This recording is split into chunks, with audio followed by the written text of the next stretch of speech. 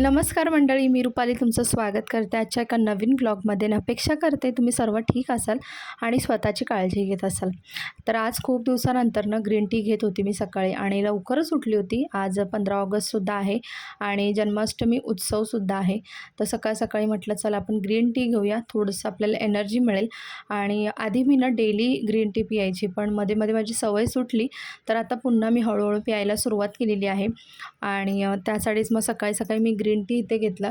आणि आज 15 ऑगस्ट असल्यामुळे प्रज्ञाला स्कूलला जायचं होतं. डॉट त्याचा आवरून त्याला 7:30ला स्कूलला पाठवलं आणि मिस्टरांनी ड्रॉप केला, कारण आज व्हॅन वगैरे नव्हती. सो ते ड्रॉप करायला गेले आणि मग त्याला येताना घेऊनच येणार होते. आणि त्यानंतर मग मी माझं आवरलं आणि त्यानंतर म्हटलं चला आता थोडंफार स्वयंपाकाची तयारी करूया, कारण माझा उपवास होता जन्माष्टमी असल्यामुळे. पण मुलांचा उपवास नव्हता, त्यांना तर जेवण बनवावंच लागेल. मग त्यामुळे मी झटपट असं होणारा विचार केला आणि म्हटलं चला आपण पावभाजीच बनवूया, म्हणजे कसं त्यांच्या आवडीचं सुद्धा होईल आणि थोडं हेल्दी पण होईल आणि थोडं चटपटीत पण होईल. त्या हिशोबाने मग मी पावभाजी ते बनवायला स्टार्ट केली. आणि रोजला नाश्त्यासाठी मला वेगळं काहीतरी बनवायचं होतं, त्यामुळे तर मी बेसनचा चिला घेतला बनवायला. तर मी गाजर कट करून घेतलं, म्हणजे किसून घेतलं. त्यानंतर बीट किसून घेतलं, थोडंसं कांदा घेतला, मीठ टाकलं, थोडं बेसन, त्यानंतर थोडे सुके मसाले जसं की हळद, मीठ, त्याच्यानंतर काश्मीरी मिर्च वगैरे, जिरा पावडर असेल तुमच्याकडे किंवा धना पावडर असेल तर तीही टाकू शकता. आणि थोडंसं तांदळाचं पीठ आणि मिक्स करून घेतलं. म्हणजे पिठांची जी क्वांटिटी आहे तर ती थोडी थोडी घेतलेली आहे आणि व्हेजिटेबलची क्वांटिटी ती थोडी जास्त घेतलेली आहे. आणि पाणी टाकून मस्त असं मिक्स करून घ्यायचं. आणि त्यानंतर ह्याच्यानं छोटे छोटे चिले बनवायचे. खूप खूप टेस्टी लागतात आणि नक्की ट्राय करून बघा एकदा. खूप आवडतात मलासुद्धा पर्सनली आणि मुलांनासुद्धा आवडतात. आणि एक हेल्दी ऑप्शन आहे झटपट असा, आणि बऱ्याचदा मी लोलोच्या टिफिनलासुद्धा हे देत असते. याआधी पण मी तुमच्यासोबत एकदा शेअर केलं होतं. आणि हे नाश्ता रेडी झाल्यानंतर मग मी लोलोचंसुद्धा आवरून घेतलं आणि तोपर्यंत प्रज्ञयसुद्धा आला होता.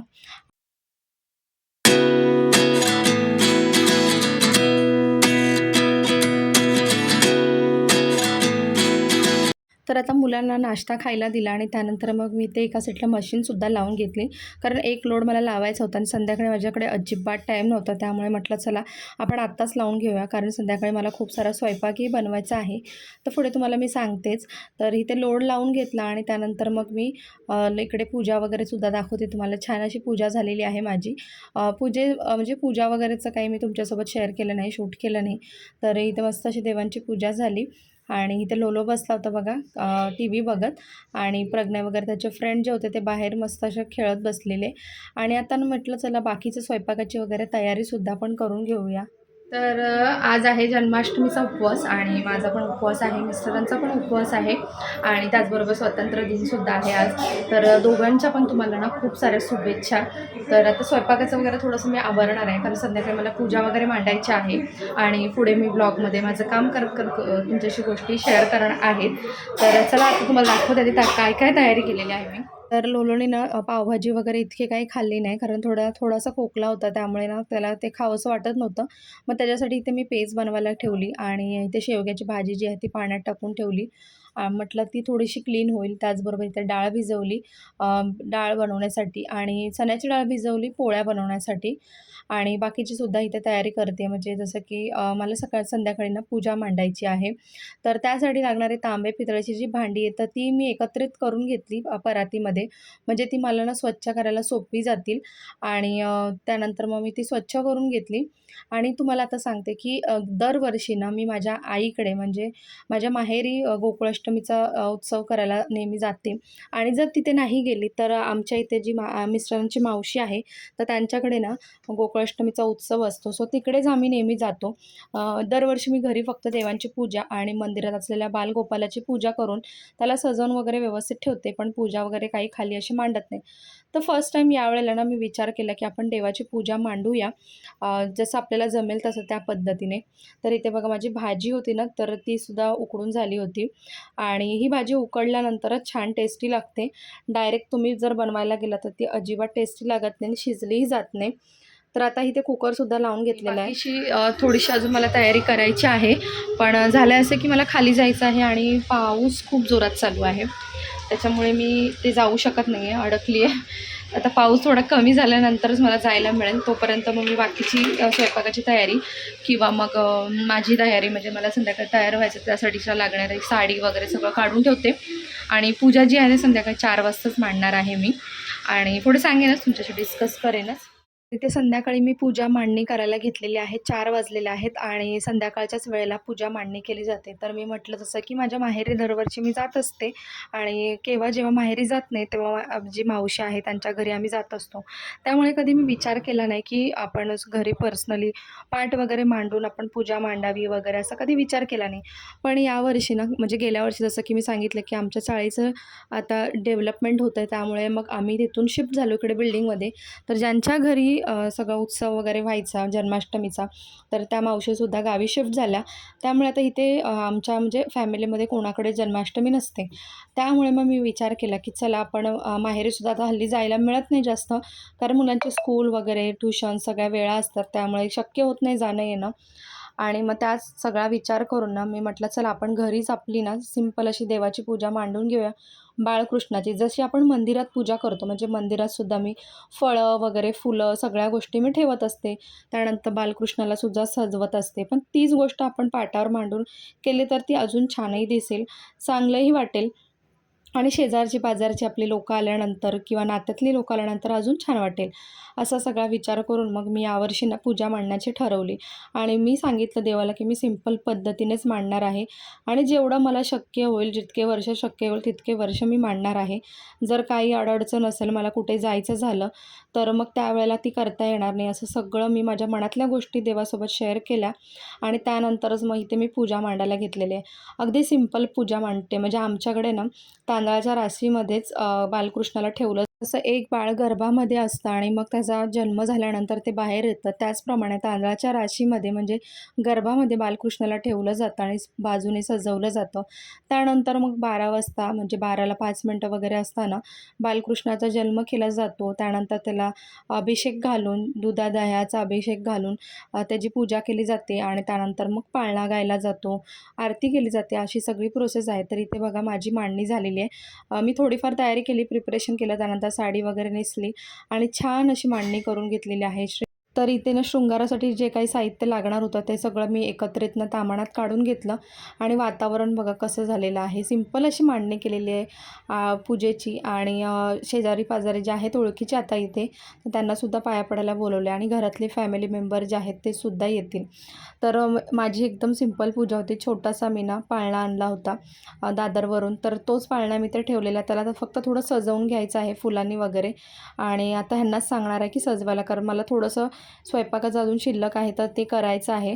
आणि इथे ह्यांचं ना जे मी पाळणा आणला होता तर तो सजवणं चाललेलं आहे. म्हणजे बालकृष्णाचा जन्म झाल्यानंतर ना पाळण्यात घालून पाळणा गायला जातो, तर त्यासाठी मग तो पाळणा सजवला पाहिजे म्हणून तसं सजवून घेतलेलं आहे. तर आता इथे मी एकदा अजून चेक करत होते की काय राहिलं वगैरे असेल शिल्लक तर ते व्यवस्थित ठेवून घ्यावं म्हणजे नंतर घाई होणार नाही.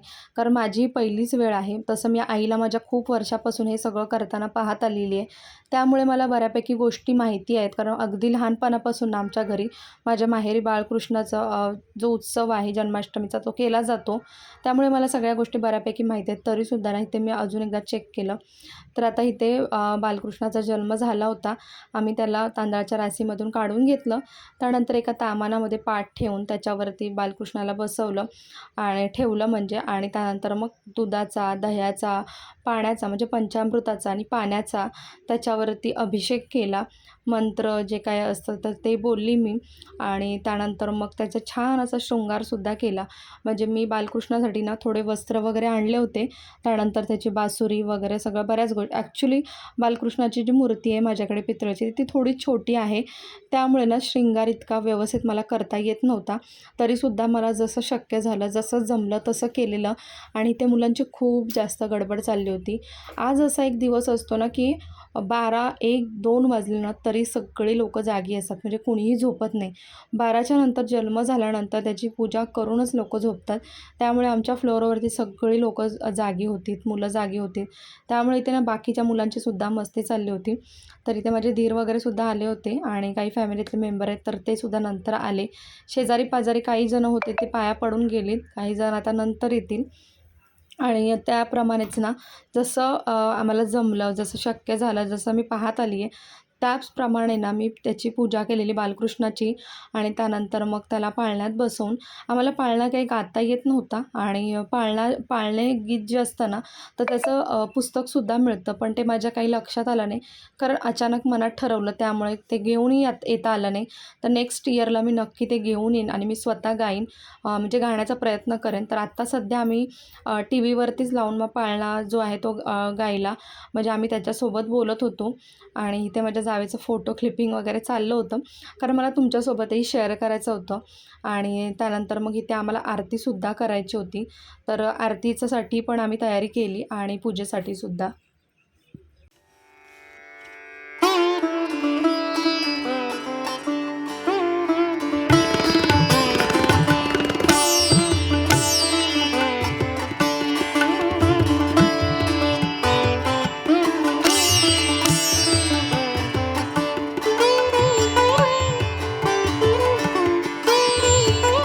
त्या दिवशी सटवाईचा वेढा, लिंबू नारळ देवीला फोडा, तान्या बाळाची दुष्ट काढा, जो बाळा जो जो रे जो. तान्या बाळाची दृष्ट काढा, जो बाळा जो जो रे जो. सहाव्या दिवशी कलीचा मारा, राधा कृष्णाला घालते वारा, चला यशोदा आपुल्या घरा, जो बाळा जो जो रे जो. चला यशोदा आपुल्या घरा, जो बाळा जो जो रे जो. सातव्या दिवशी सखीचा महाल, तेथे सोनेरी मंडप लाल, यशोदा मांडीवर श्रीकृष्ण डोल, जो बाळा जो जो रे जो. यशोदा मांडीवर श्रीकृष्ण डोला, जो बाळा जो जो रे जो. आठव्या दिवशी आठवीचा थाट, फुलल्या गवळणी तीरशे साठ, श्रीकृष्णाची पातात वाट, जो बाळा जो जो रे जो. श्रीकृष्णाची पातात वाट, जो बाळा जो जो रे जो. नवव्या दिवशी नंदीचा मंद, तान्या बाळाच्या डोळ्यात काजळ घालती, जो बाळा जो जो रे जो. 15व्या दिवशी वाजे नौबत, श्रीकृष्णावरती घातला साज, यशोदा मातेला आनंद आज, जो बाळा जो जो रे जो. यशोदा मातेला आनंद आज, जो बाळा जो जो रे जो. 16व्या दिवशी सोहळा केला, गुरु महाराज विद्या बोलला, श्रीकृष्णाचा पाळणा गाईला, जो बाळा जो जो रे जो. श्रीकृष्णाचा पाळणा गाईला, जो बाळा जो जो रे जो. श्रीकृष्ण भगवान की जय. तर आरती वगैरे झाली, त्यानंतर मग नैवेद्य दाखवला आणि लोण्यानीच ना मी बालकृष्णाचं तोंड गोड केलं. आणि त्या शेवग्याच्या भाजीचा मान असतो, त्यामुळे काळ्या वाटण्याची भाजी, शेवग्याची भाजी, डाळ भात, पापड, लोणचं, कोशिंबीर, पुरणपोळी असा नैवेद्य दाखवून मग आम्हीसुद्धा उपवास सोडून घेतला. तुम्हाला कसा वाटला आजचा ब्लॉग मला नक्की सांगा.